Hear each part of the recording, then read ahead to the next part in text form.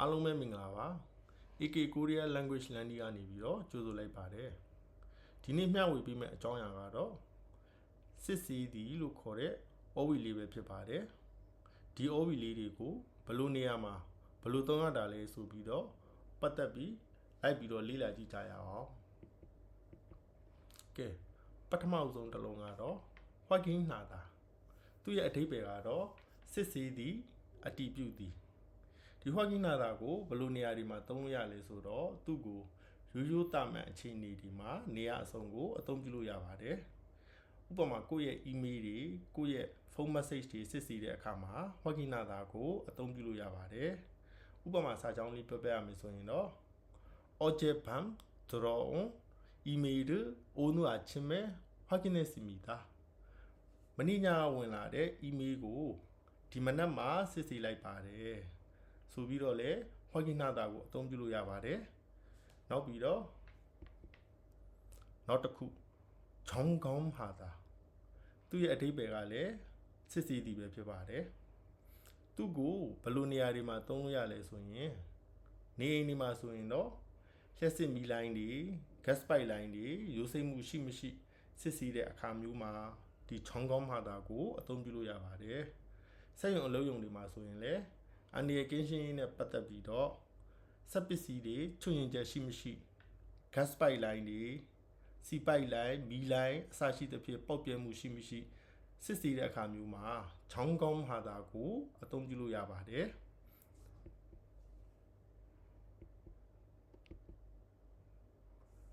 နောက်ထပ်တစ်ခု 검사하다 ဒီ 검사하다 လည်းအဓိပ္ပာယ်ကစစ်ဆေးသည်ပဲဖြစ်ပါတယ် 검사하다ကိုဘယ်လိုနေရာတွေမှာသုံးလဲဆိုရင်တရားရေးနဲ့ပတ်သက်ပြီးတော့ဥပဒေအရာရှိတွေစုံတောက်တွေစသဖြင့်အမှုစစ်ဆေးတဲ့အခါမှာ 검사하다ကိုအသုံးပြုကြပါတယ်ဥပမာစာကြောင်းလေးနဲ့ပြောပြရမယ်ဆိုရင်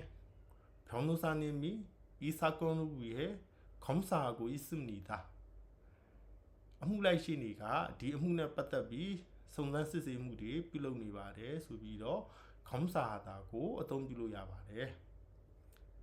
ကဲနောက်တစ်ခုက 검수하다 သူ့ရဲ့အဓိပ္ပာယ်ကလည်းစစ်ဆေးသည်ပဲဖြစ်ပါတယ်ဒီ 검수하다ကိုဘယ်လိုနေရာတွေမှာသုံးလဲဆိုရင်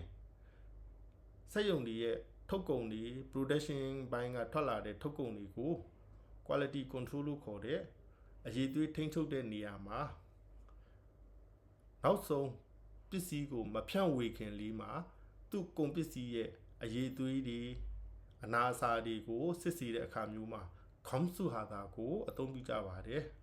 ကုန်ပစ္စည်းတွေကိုမဖြန့်ဖြူးခင်နောက်ဆုံးအနေနဲ့ quality ပြည့်မီမှုရှိမရှိသူ့ရဲ့စံချိန်စံနှုန်းပြည့်မီမှုရှိမရှိအနာအဆာရှိမရှိကိုစစ်ဆေးတဲ့အခါမှာ 검수하다ကိုအသုံးပြုကြပါတယ်စောကတရားရေးတွေမှာသုံးတဲ့ 검사하다 နဲ့ 검수하다 ကအဓိပ္ပာယ်ရောတူနေပေမဲ့စက်လုံးလေးတွေအတန်ထွက်တွေကစင်တူရိုးမှဖြစ်နေတဲ့အတွက်ကြောင့်မို့လို့သူ့ကိုအသုံးပြုတဲ့အခါမှာတေချာလေးသတိထားဖို့လိုအပ်ပါတယ်ကဲအဲ့ဒါကြောင့်မို့လို့ဒီနေ့မျှဝေပြီးတဲ့စစ်ဆေးသည်ဆိုတဲ့စကားလုံးလေးဖြစ်တဲ့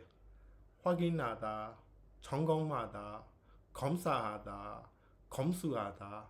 စတဲ့စစ်ဆေးသည်ဆိုတဲ့အဓိပ္ပာယ်ချင်းတူပေမဲ့စကားလုံးမတူသုံးတဲ့နေရာကွာခြားတဲ့အဓိပ္ပာယ်လေးတွေကိုဘယ်လိုနေရာတွေမှာသုံးရမယ်ဆိုတာလေးနဲ့ပတ်သက်ပြီးသဘောပေါက်မယ်လို့ထင်ပါတယ်